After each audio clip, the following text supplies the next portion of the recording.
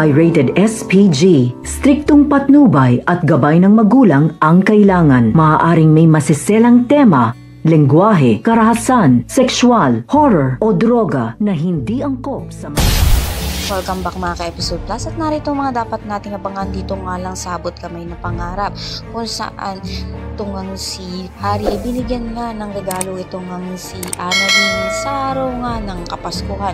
Then deserve naman nga raw nito na makareceive ng regalo. Sa kabilang banda naman nga ay magkakausap at magkakalapit na nga muli itong si Lynette at itong si Doc Tanyag.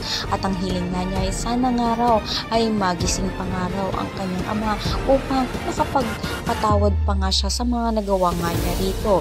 Samantala natuklasan naman nga nito ni Justin na naroon nga ang kanyang ina sa children's party, kaya naman nagalit nga ito at sinabi na nga lang ito ni Giselle na aalis na nga siya. Inabol naman nga nito ni Justin ang kanyang ina.